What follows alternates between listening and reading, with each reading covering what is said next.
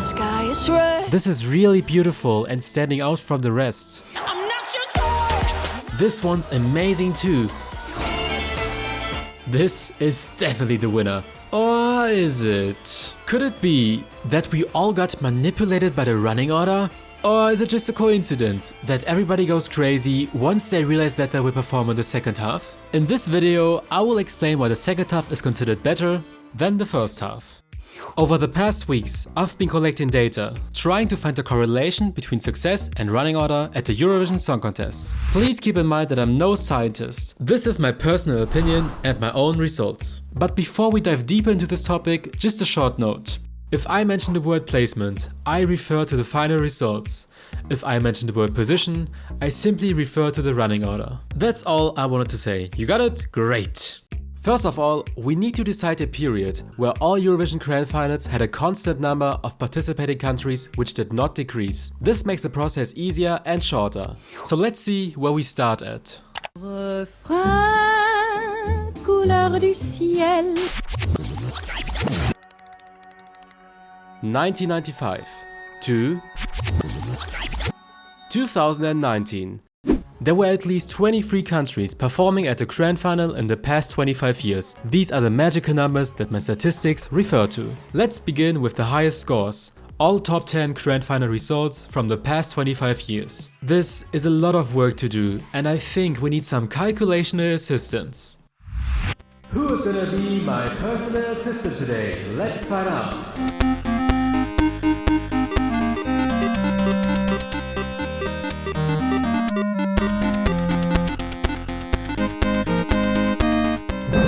Congratulations, Tamara, it will be you. That's me. It's gonna be great.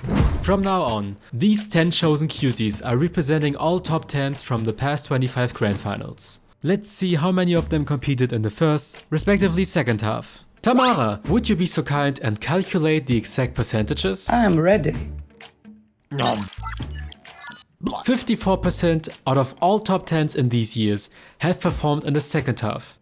46% have performed in the first half. This is just a slight difference and doesn't say much. Then let's try it with the top 5 and see if the percentage is any different. Put it in Tamara, shake her a little. Something is happening in my stomach, I don't know. 56% out of all top 5 placements in these years came from the second half and 44% from the first one. This is slightly more than the last result, but still not decisive. Now let's try the same thing again, but with the top 3 instead. Tamara? I have everything under control now. 60% out of all top 3 placements performed in the second half, 40% in the first half. This is already a big difference. Now what happens if you only take the winners? How many of the past 25 Eurovision winners performed in the second half of the grand final? I have goosebumps again. 68%. Now that's a big amount. This confirms the higher we go up with the placements, the more likely it is that the artist performed in the second half. Furthermore, I have stumbled upon a striking fact concerning the public voting. Out of all public televote winners from 2009, which was the first year in which the final 50 televote, 50 jury voting system was set, to 2019, 82% have performed in the second half. That's a huge amount. It seems like the winner's running order has more of an impact on viewers rather than juries. Now what about the semifinals? In the past 16 years, from 2004, when the first semifinal ever took place, until 2019, there were overall 28 semifinals. Now let's take a look at the qualification rate from semifinal to the grand final between first and second half performers.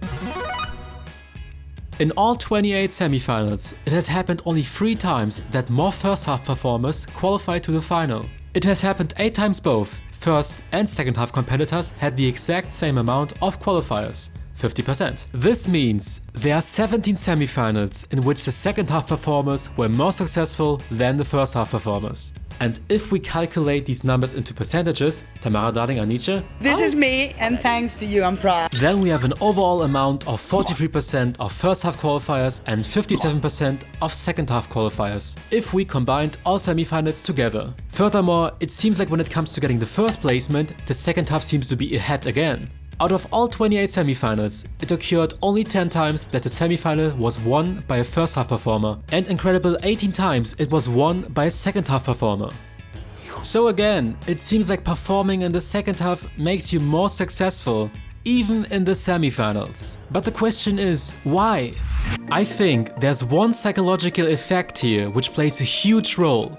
The serial position effect. The serial position effect is a psychological effect that seems to happen when a person records the first and last items in a list more often than the middle items.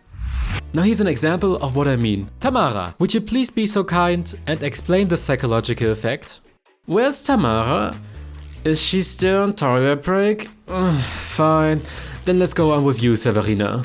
Afrika paprika. Right. Here's a piece of paper. Now please write down a shopping list of 10 different things which you would like to buy. You got it? Off. I suppose there was a yes? Off. Alright, let's see what you got for me. Off. What? You put paprika 10 times on your list? This makes the example completely useless. Have you even listened to what I've said before? I really don't get... Afrika. There she goes, yep. Reliable assistance. Anyway, this effect simply means that if we have a list of items that we have to remember, we are more likely to remember the first and last items. The serial position effect consists of the primacy effect, more likely to remember the first items, and the recency effect, more likely to remember the last items. A pretty simple phenomena which has been proven by several studies several times. And this effect is used very often, whether it's pricing strategy, restaurant menus, or logo placement. This effect is everywhere. So what does this have to do with Eurovision? It was also found that there are 3 conditions which increase the impact of the recency effect, respectively weaken the primacy effect. These are the points which may cause the recency effect to be much more effective. The list is longer. The items to remember are presented quickly. There's only a short amount of time to remember the items. And all these points happen at the Eurovision Song Contest. Think about it. There are usually more than 25 songs to memorize in less than 2 hours. Firstly, this is a huge amount of information to recall. Secondly, all songs are presented rapidly, with just tiny breaks in between them. Furthermore, if you haven't listened to any of these songs or didn't watch any performance, which is the case of almost every live viewer, you only have little time to remember all these acts and find out who's your favorite. And we all know this moment, even if you already know every song, when all acts have competed and the host step onto the stage and say the holy words, "Start voting now!" And we start panicking, grabbing our phones, going crazy because it feels like there's only a very short amount of time until the phone lines are closed. And since all of these requirements are fulfilled, the recency effect is stronger and weakens at the same time the primacy effect. This means that countries which perform later, respectively have a later position in the second half, have a bigger chance at being more memorable than acts in the first half. Yes, we do get a recap, but that doesn't change the order in which they show the clips. The running order remains the same and the songs from the second half are still more memorable, and this remembrance bonus can lead easily to more points.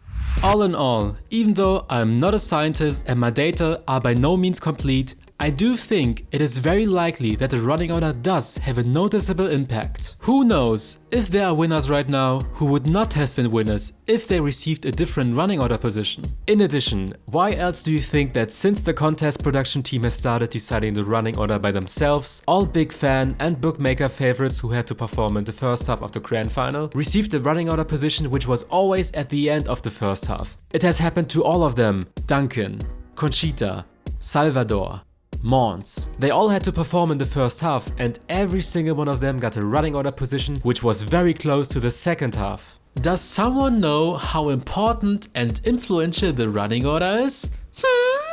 So, should we now all be scared when our favorite artist will perform early in the first half? Somewhat. I wish I could just say no and tell you that a true great song will win, no matter where it's placed. But that just doesn't seem to be the case all the time. Sure, some songs and performances were just so unimaginably great that even some less votes wouldn't have changed anything. But there are definitely songs that will struggle in the first half. Your favorite song in upcoming events will probably be in this situation as well. But my message is by no means that the winner selection is useless, because placement is just determined by factors like song quality, running order, or whether the jury took a good shit before the vote, or some other nonsense. But that luck is always a factor to consider. So if your favorite song didn't win and got second or the third place instead, don't be sad. It is possible that there were a lot of other factors involved. Winning the contest doesn't mean being the best. It just means being the most liked at that position in that time with these voters and these specific juries. Not winning doesn't take that song away from you. It's still there to be your personal winner, and once you know that there are a lot of other factors, it can ease the pain when your favorite didn't get a lot of votes. So now you know why fans, artists and even the delegations are happy when they see their representative draw the second half piece of paper. I don't want to see it. I don't want to see it. Please show it. Can you just lower your flags, please? Turn it around. My final point, the running order is important, more powerful than most people think it is. But it's just one factor of many. Talent, passion, skill and performance on stage will always be the most important factors. But firework at night will probably always be better than a firework during daylight. But that doesn't mean that the firework during daylight couldn't be the most magical thing I will ever experience in my life.